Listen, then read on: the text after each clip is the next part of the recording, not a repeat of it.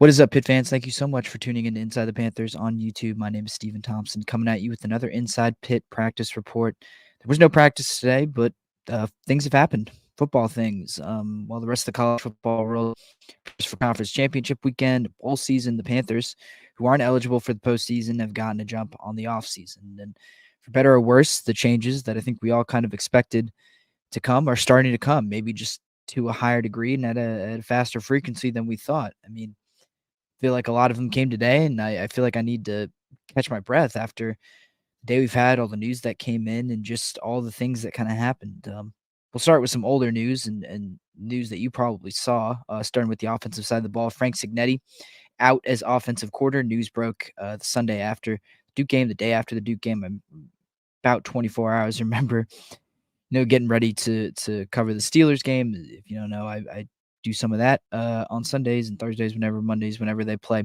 I dip my toe in there. But I texted a friend and I was like, what are the odds that Pitt drops the Signetti news in the second quarter of the Steelers game, just so that no one sees it? And guess what they did? They dropped it in the second quarter of the Steelers game. And everyone did see it. Fewer people probably, but I saw it, you saw it, we all saw it. The Panthers will not retain offensive coordinator Frank Signetti. They'll look for a new person to fill that position. The reasons are pretty plain. I don't really need to run through all of them, but I will. They took a major step back in year two under Signetti's system after some pretty big promises, and without kind of a transcendent player like Israel Abanikanda, who carried them at running back last year to pick up a lot of the slack.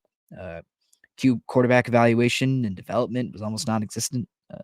Well, the evaluation was there, just was pretty poor, and the development was almost non-existent.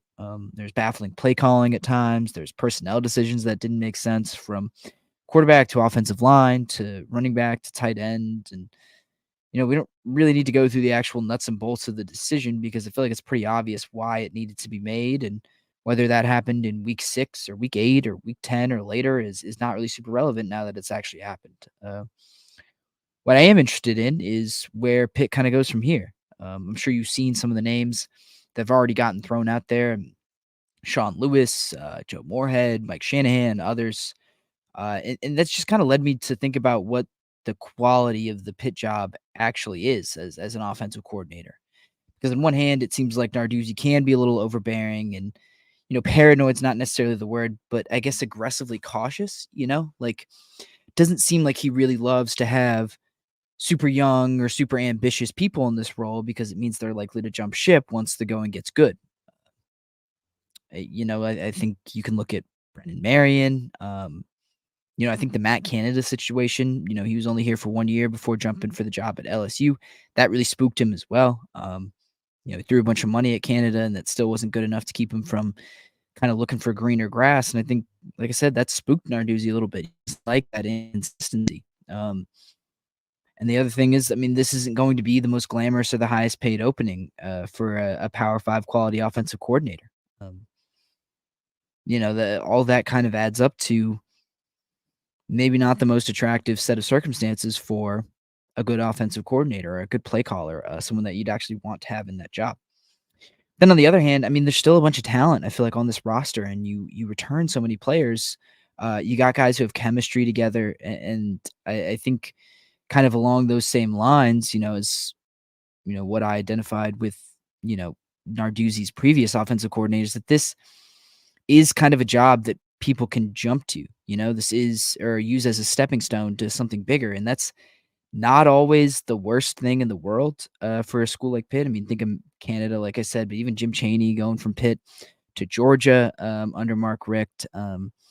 Brendan Marion, I mean, it's not the same thing, but Brendan Marion, going from a passing game coordinator and receivers coach to elevating and taking some bigger, better paid jobs at Texas, and then becomes the offensive coordinator at UNLV, and it seems like maybe is in line for something a little bit bigger, maybe a couple years down the road or something like that. And you're going to be hard pressed to find offensive coordinators who are content just doing that. I feel like most of the time when you see someone try to take a step up as an offensive coordinator, it's in pursuit of a head coaching job. It's in pursuit of a bigger role as an offensive coordinator, or a more well-paid job, a more prestigious job. So I think you're always going to find people with ambition. And I think, trying to fight against that, fight upstream against it is a bit of a losing battle. And, we've heard from Pat Narduzzi last spring that the athletic department was able to pony up some more money for assistants that helped keep a lot of them in Pittsburgh, which, he appreciated. And that in theory should help. He liked, the continuity, keeping guys around.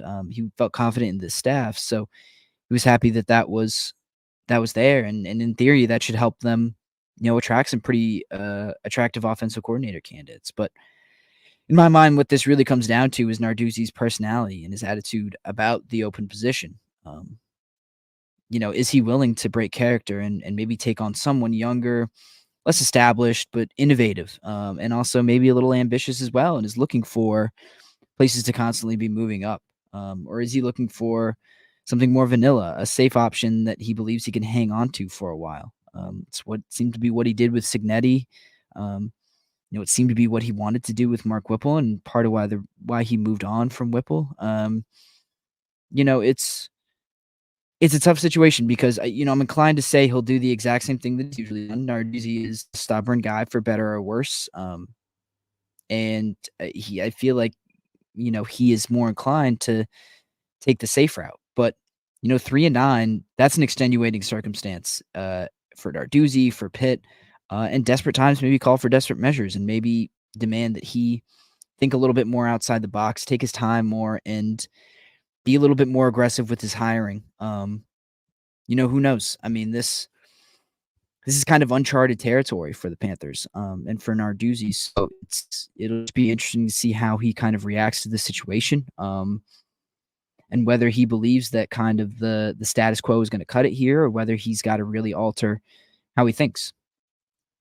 Moving on to the other side of the ball, and this is where, I mean, quite honestly, things get a lot more concerning, I should say, for me, because this week some huge news, continually kind of came out of the program, and that is just kind of the abundance of transfers on the defensive side of the ball that have started to come out this week. I'm pretty stunned about how, really just today, but throughout this week, 6 defensive players from last year announced that they'd enter the transfer portal. Some of these losses are bigger than others, and some are bigger surprises. Some will have a bigger impact, but it's really just the volume of it all. I mean, you look at the list, excuse me, while I look away, I'm pulling up my list right now, but, Brandon George, Bengali Kamara, DeAndre Jules, all just today. George was a couple days ago, but, those other 2, Kamara and George, along with Stephon Hall, a backup safety, Buddy Mack, a backup safety as well. Just the sheer volume of guys leaving from the defense is pretty surprising.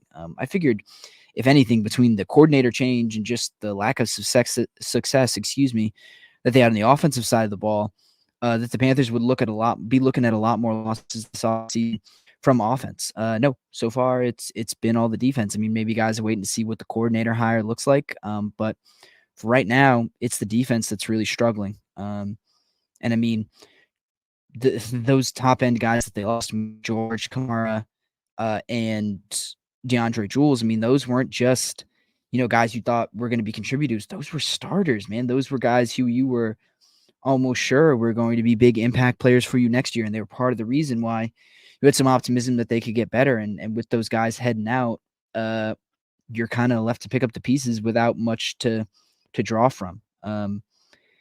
Just Solomon Shields is the only guy who started a game last year. Or I guess Kyle Lewis started a game. I think Jordan Bass got a start as well, but it was in the spot start. I mean, Solomon Shields is the only guy with multiple starts under his belt that is returning next year at linebacker. At defensive tackle, there is no one coming back who has any starting experience, or at least from last year. Everyone who started a game last year at defensive tackle is on their way out. And I mean, linebacker is one thing because I think there's a ton of young talent there. I mean, between Lovelace, Lewis, Kyle Lewis, Jordan Bass. I mean, I think those guys can be good players, and I think they have talent, but it's just we're walking into 2024 with a bunch of unproven guys, and those are the guys that are making up not just that are, as of right now, going to make up not just starting lineups, but a lot of your depth too. And there's just not a lot of experience to draw on there. It's even worse. It's to an even worse degree along the defensive line where, like I said, everyone with starting experience is on their way out. Tyler Bentley, David Green, Devin Danielson, and now Jules. You're going to end up relying on Sean Fitzsimmons, who I think is a good player as well, but like I said, unproven. Elliot Donalds, I mean, that's a completely open question. Isaiah Neal, same thing, a true freshman. Like, you just don't know what you're getting. There are no proven commodities, and it's why the portal becomes increasingly important for Pitt, just with every guy who leaves, because there are clearly three positions of need now that really need to get addressed, and it's three-quarters of the defense. They need at least one corner, at least a linebacker, and one, if not two, defensive tackles. Now, they'll have a pretty attractive, I think, situation for guys to walk into. Like, I mean, you think about the way that defensive backs have been developed in this system. They put guys in the NFL. That's an attractive thing for talented DB, maybe looking to step up and get some more exposure. I think the same thing is true at linebacker. I mean, there's a proven track record with Shane Simon and Tyler Wiltz, Kylan Johnson, John Patrician. Like, guys have had success here transferring in at linebacker. Defensive tackle, a little less certain, just because of the way they've been mostly homegrown for most of Charlie Partridge's time here, for the most part of Pat Narduzzi's tenure here. It's a little different, but even then, you've got Charlie Partridge there, at least for now. We'll see how that unfolds. But the transfer portal becomes increasingly important, and all of a sudden it's less about the offense. The offense feels more stable right now, even with a new offensive coordinator set to come in this year, than the defense, which is losing just guy after guy, and I'm sure more are going to come. And that's just the transfers. That doesn't even include, AJ Woods and Marquez Williams, and like I mentioned, some of those those senior defensive tackles, and then Shane Simon and Brandon George had not, like, the offseason's still very young. Hell, the transfer portal hasn't even opened yet, but really doesn't seem like the Panthers are off to a good start to their 2023-24 offseason. And I expect things will probably get a little bit worse before they get a little bit better. But we'll see how they respond to it, and I'll be right here to cover how they do respond to it. But with that, I'm headed out of here. Thank you all for tuning in to another Inside Pitt Practice Report. Make sure to like this video and subscribe to us on YouTube. That's youtube.com/@InsideThePanthers. Plenty more content to come on this site, and you can find all our reporting on Pitt football and basketball, the offseason football, and then the basketball team as ACC play gets underway this weekend, and they really hit the nitty-gritty of this season. You can read all about it at InsideThePanthers.com. Appreciate y'all tuning in, and I'll see you next time.